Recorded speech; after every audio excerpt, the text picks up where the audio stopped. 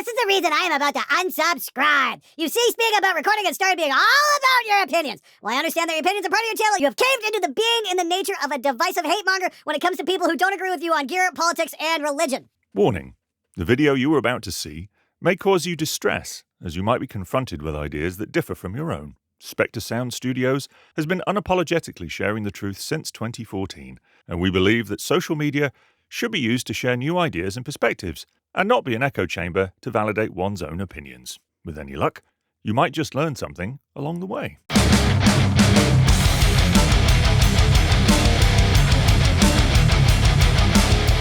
Good morning, everybody! It is Friday. Hope you're going to have an absolutely incredible weekend. It's time for SMG Viewers Comments, the show that's about you, not about me. So let's get to your comments and questions right now. If you are going to spend several grand on a guitar, why waste it on mere brand prestige when you can get a handmade with all your custom specs from a boutique luthier?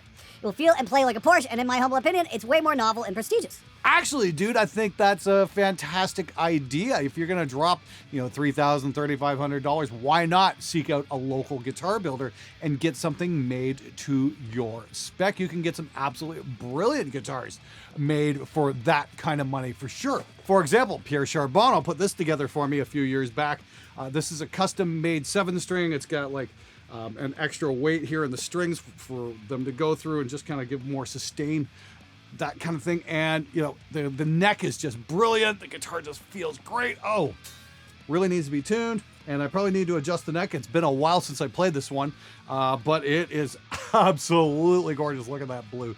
That's incredible. And the coolest thing of all, it's one of a kind. There's nothing else out there quite like this. He does make several other scimitar models, but nothing's got this blue finish like this, because, oh, is it ever nice. My point being was, I thought that was a great observation, and I really do think more guitar players should look at the local builders, because not only is it going to give you an awesome guitar, it's going to give somebody a job as well that could probably use it. I was offered a job at the Gibson manufacturer here in Montana. $18.50 an hour, 5 days a week. I would have to sand 16 acoustic guitars a day to make quota. Ooh, you said the Q word, and that really makes me wonder about how you can do that and still maintain quality. You have to make 16 guitars in a day. Chances are that some guys are going to take a lot of pride in what they do, and some guys might rush the job just a little bit. When you have a quota system in place, that's how you wind up getting pickups miswired and input jacks not connected correctly, that sort of thing. When you absolutely positively have to get those numbers every single day. It didn't say anything about how many hours a day you're required to work. Is it sand 16 guitars in a day and you get to leave, or if you hit your quota, are you rewarded with more work? That's the other thing. You really got to wonder about what's going on there. Dude, I really do appreciate you chiming in and letting us know what you were being offered as payment, that kind of thing. Now, on the surface, $18.50 an hour doesn't seem like a half bad wage at all. But then again, when you consider what modern rent is these days, I don't know if that's quite enough to live on, even in Montana. But I say once again to everybody out there who's working in the guitar factories and whatnot, please leave a comment below. Let us know what's going on your factory floor, what the wages are like, what the hours are like, what your quotas are like, and do quotas affect the manufacturing quality? I want to hear from you guys. What do you think about all that? Because not every piece of wood's going to be the same, and some guitars might need a little bit more work put into them than others, all depending on where the wood was sourced from. So just, have a set rule. You got to do 16 of these no matter what. I mean, what are you supposed to do? Stay an extra 4 hours if you've got a bad batch of wood that you've got to sand into something usable? Who in their right mind's going to do that, especially on a Friday? It's probably a good idea to make the sponsored guitar handover from 10S more transparent in the video rather than just marking it paid promotion and stating it in the description. We don't want viewers to be mislabeled over such a thing. Gives you more credibility as a content creator looking out for fans. I'm not blaming you. It's probably just an oversight or something, but there's a heads up. Okay, so marking it as paid promotion that says right at the beginning of the video in the top corner, and then stating it in the description, guitar supplied by 10S. What is so fucking confusing about that? It's like, why is it musicians have such a hard time with the painfully obvious? It's like, are you from the same school that sends me mixes to review on Mondays and you don't bother sending me a link? Are you one of those guys? Because it sure sounds like it.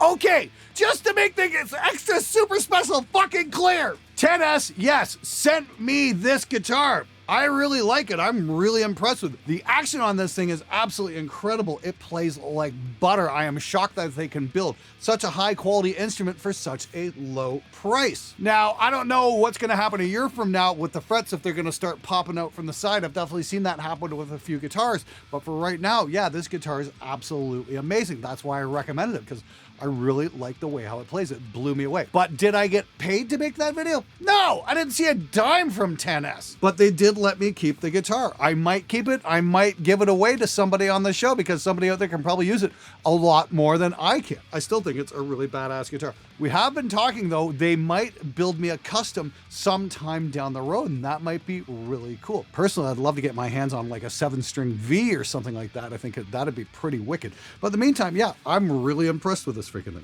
thing. Maybe a 7-string V with camo. That might be really cool. Maybe they can do something like that. Anyway, I'm sorry the subtle metaphors of this video contains paid promotion and guitar supplied by 10S were lost on you. I'll try to make it more obvious. Maybe we'll call it the CAMP alert and start putting it at the beginning of every video I do for a manufacturer. What do you guys think? You think that'd be fun? Now, on the flip side of that, the Monday Morning Mix review thing's been going so well. We're going to see a return to Fearless Gear reviews because basically you guys are funding it at this point. And I want to take a look at the Slate VSX and give you guys an honest-to-goodness rundown on that. And the new Line 6 amp as well, the Catalyst. We can't get them in Canada yet, but I might be able to get one in one way or another. Should be pretty freaking cool. I'm going to reach out to my friends at Sweetwater, see if they can send me one across the border because none of the Canadian retailers have it. Yeah, big shock there. We're always like 10 weeks later than everybody else to get stuff. Oh, well, that's the price we pay for living in a frozen wasteland. As for more Fearless Gear reviews, I'm always down to your suggestions. So if you guys have an idea for what you'd like to see in terms of an unsponsored video that has a completely free and clear opinion on what's really going on, leave a suggestion below because I do read that stuff and I do like hearing from you guys. Come on, you're calling him out by name on a channel with almost 500,000 subscribers? Sure, it's an asshole move, and the guy should get what he deserves, but this is really an asshole move, too. Glenn, this looks like you're helping a friend with a personal vendetta. I love your channel, but this looks weird. The story would have held up without his name and pick and focus on the Additions hero who saved the band. Among musicians, this story would be told anyway. You don't need such a huge YouTube channel for that.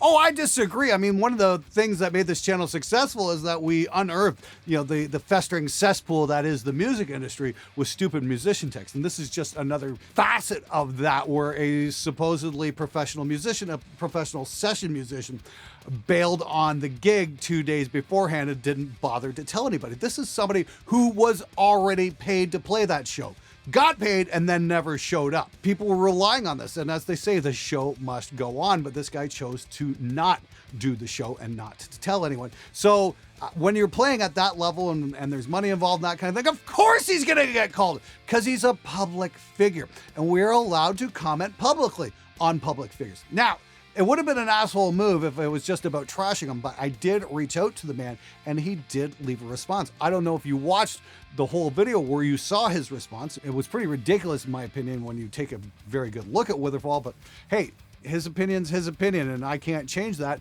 and that's the words he chose to use. But just to reiterate, when we're talking about public figures, we are allowed to discuss them publicly. That's how it works. He doesn't get a free pass to bail out on this thing. And it's a very interesting story and a cautionary tale for people out there who might be wanting to play bigger shows and have to hire musicians and whatnot, is to always check the reputation of the people that they're hiring and make sure that they can play the material. Hey guys, just a heads up, we've got a brand new course this weekend from Henning Pauly. It's his pedal tone licks course.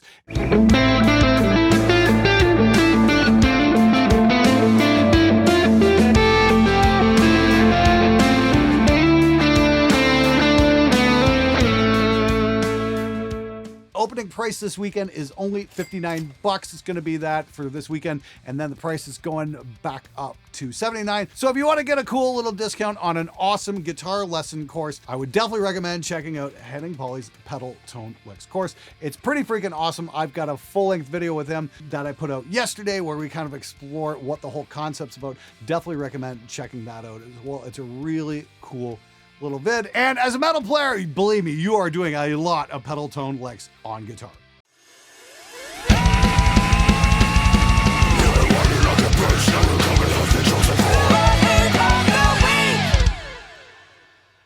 There's no Butthurt of the week.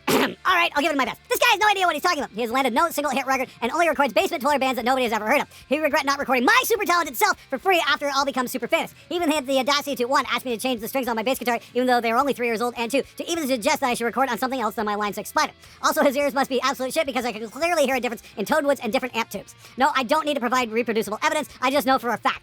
And all your mixed sound the same. Why don't you reproduce his pop or country? And is all swearing really necessary? You know, God hates people like you, and you will burn in hell for your hate speech against good Christian people. Unsubscribe. Nailed it! Bullshit! Plain and simple bullshit! There, Southern Shade. There. It's okay. Gibson's still good. It'll be all right. I'm sorry somebody had a different opinion than you. You'll get through this. We can all get through this together. Do you need a hug? I really disagree with the opinion on Relic guitars. What about the people buying a vintage axe with a real road case damage? Are they posers too because they didn't inflict it themselves? It's next to impossible to get that look without purposely damaging a new guitar if you're a bedroom guitarist. And that's all most the people buying these guitars really want. Vintage look, but modern production standards. Tying into the bed at 246. Whoa, Gordon Beck, does it make composers? Yes, it does. You know, there's a great line in the movie Crossroads. I don't know if you ever saw it. It was with Ralph Macchio with a cameo by Steve Vai at the end. It was absolutely brilliant. There's a really great line in there where the old blues man is tearing Ralph Macchio a new one. Look at this old guitar you've been squeaking on. I bet you saw this thing in the music store and bought it just because you thought it was beat up. Well, you got it all wrong. They said that all the way back in the 80s, and you know what? It still rings true today. But that's okay. Keep telling yourself you're not a poser.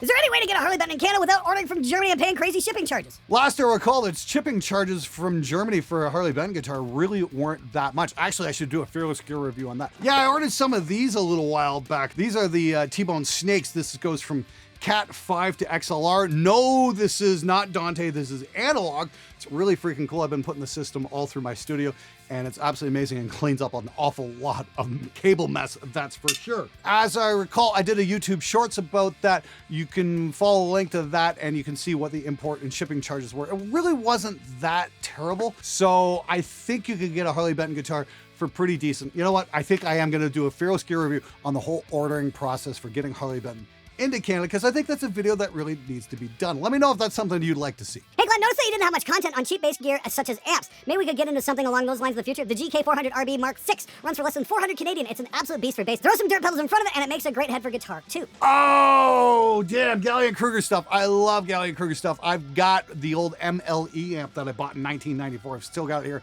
Just an absolute beast of this micro solid state guitar amp that's got this gnarly as fuck tone that I really need to do a show on at some point. I had the 250 ML back in my college days too, and that was like a quote-unquote portable amp for those days, and it weighed half a metric ton, but it was portable and it was a lot of fun. I know Gallion Kruger makes absolutely top of the heap bass gear. It's really phenomenal stuff. I should probably get some more of that on the show at some point. You guys got more suggestions for bass gear? Of course, I'm down for checking it out. You know, I can always do work by ramp and whatnot and get like Eric Argo and some other awesome bass players on there. Maybe we'll get Felipe Androli back on the show as well from Angra. He's an awesome dude. He's always welcome to play. Yeah, you know, we should do more bass gear here. You guys got more suggestions? Of course, I want to hear them. Leave a comment below. Your mixes have all been great, but over the past year, they are kicking some ass. The definition you have going on is killer. Oh yeah, that was the STL Colin Richardson demo. If you guys haven't checked that one out, please do. The guitar tones out of that plugin are nothing short of spectacular. Colin Richardson, of course, did Machine Head Burn My Eyes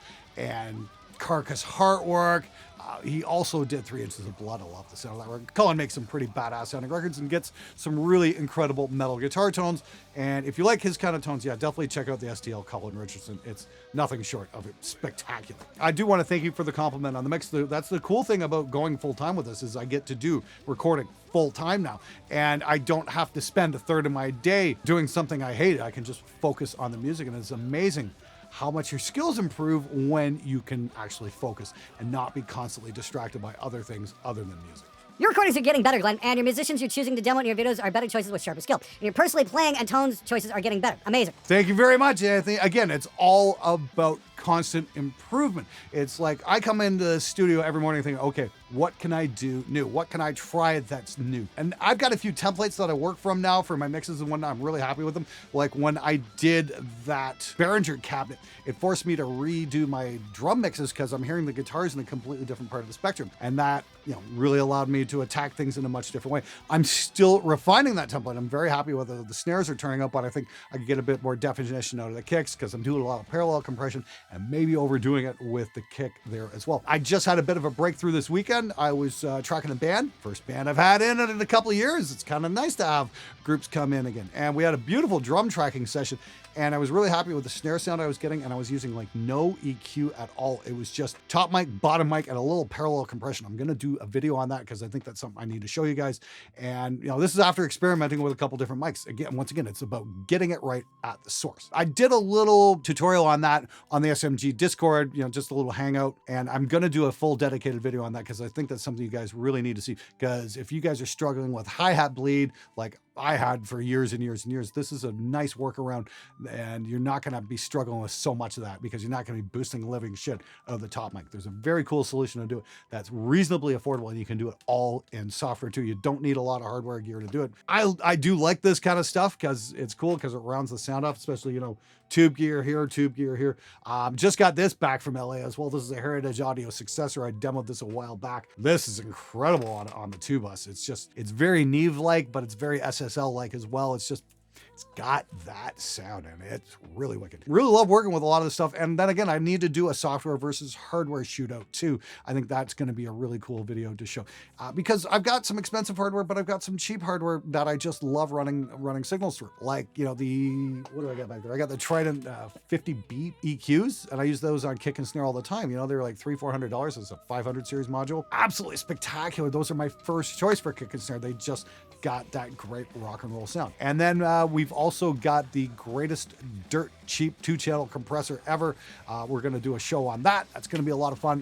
Definitely recommend as hidden gem gear. Definitely sounds a lot like SSL, but it isn't actually an SSL. Stay tuned for that one. That's the thing. I go full time with this and I still don't have enough time to do half of what I need to get done on this show. But thanks for sticking with me. And always, please, if you haven't hit the subscribe button, please do, because I would really like to get to 500K this year. We're at about 460 right now, and I need your help to hit that 500 mark. And yes, I'm probably going to give away something really cool when that happens. Hey Glenn, huge fan of the show. Wondering what you think of Acoustica's Sienna rooms. I got the free version and it's been a game changer for getting my mixes to translate. I feel like it's too good to be true and I would love your thoughts. Hey dude, I haven't actually tried that plugin yet. I didn't know there was a free trial. Maybe I'll have to take a look at it. I checked out the website and it does seem to be like, like what the Slate systems doing the VSX or Sennheiser's Deer VR system. I did a demo on that a couple weeks back and that was absolutely nuts. Maybe I need to do a shootout and see what system I think works the best. But then again, this is for my ears. Your mileage may vary. But I think there's something to be said for emulating a room on headphones to make that whole system work a bit better. Because as you guys have been telling me, monitors aren't always a viable choice in a lot of cases where you've got roommates or parents who are assholes who don't understand you need to actually listen to stuff, or nasty neighbors who can't stand the idea of somebody having fun, that kind of thing. So yeah, sometimes headphones are the only option.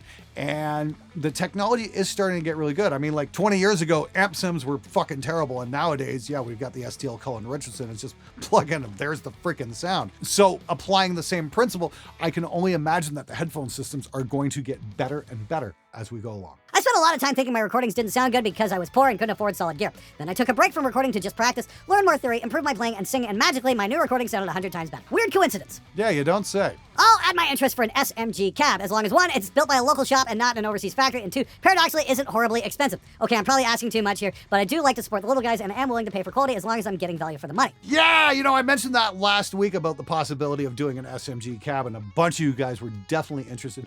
And it's something I'm going to look into to see if it's even possible. Now, my very good friend Steve Chason would be doing the construction, so yes, it would be sourced locally. You'd be employing Canadian workers, and that'd be really freaking cool. I imagine we'd have a bunch of different speaker options, and the only issue we've got right now is probably shipping, because Canada Post really likes to charge a lot of money to get stuff over to the US. So we are going to have to figure that one out. We're going to see what we can offer sometime maybe later this year, because I'd really like to maybe make some cabinets available to you guys just to see what we can come up with. Like I said, I really like those 2x12s Steve has built for me, and I think it might be really cool to see an SMG branded cab out on the market. Stay tuned for that one, guys. Maybe it'll happen. We'll see. But Glenn! You made a video about how having an expensive brand name studio gear is good for marketing your studio. How am I supposed to lure prospective clients to my basement dungeon, studio, without shiny expensive stuff? The same way you get a date. Chloroform. What's the best vintage camera to use for black and white photos, Glenn? Thanks a million. Oh, this is awesome. Getting a camera question. I absolutely love camera gear. I'm a total fucking camera nerd. Let me show you. If you want to take black and white photos, I'm going to take a wild guess that you want to shoot film. For that, I would recommend getting one of these. This is a Pentax Spotmatic. This was the quintessential 60s news camera. This would have been the camera that shot those black and white photos at the Kent State Massacre. Just a really rock solid piece of gear. And, you know, it's just absolutely incredible. I've done a bit of shooting with this thing on some film and whatnot, and some black and white actually, and it's great. The one thing you got to watch out for is if you get it with the original 50mm lens, the 1.8, I believe. It's a great lens, but one of the elements were thoriated. In other words, it was radioactive, and because of radioactive decay, it will turn the lens brownish yellow. You have to clear it, and that means putting it in front of an ultraviolet light from the back to the front, and you're going to need that to go through it for a couple of weeks to clear that out. Otherwise, you can get color casts if you wind up shooting color film, or you're just not going to get all the light that you should be getting through the lens to the film. So that is something to keep in mind. But yeah, the Spotmatics, you can get these for dirt cheap. In fact, I got this as my my local camera shop guy, Adrian, said, I bought the lens and I got the rear lens cap, meaning the actual camera, for free. So there is that, because they made an awful lot of these and they're not going for very much money. They're an awful lot of fun to shoot with. And you've even got sync inputs here, so you can hook it up to strobes if you like doing strobe photography for like portraits, that kind of thing, like I like to do. Definitely a very cool piece of kit. All right, everybody, that's it for this episode. Thanks so much for watching. Thanks so much for subscribing. And if you haven't subscribed yet, please consider hitting that button. That would be a gigantic help in getting me to 500,000. Anyway, if you've got a comment, got a question, or a suggestion for an episode or whatnot, I'm always grateful to hear from you. Leave it below, because I do read each and every single one. And anyway, what do we got coming up next week? Oh yeah, hopefully with any luck, we're finally going to have that cabinet wood shootout video done.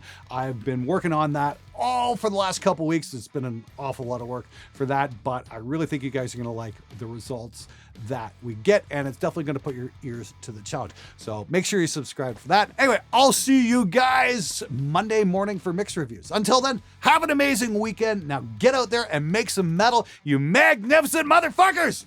Oh yeah, don't forget about Henning's course either. It's only on sale this weekend.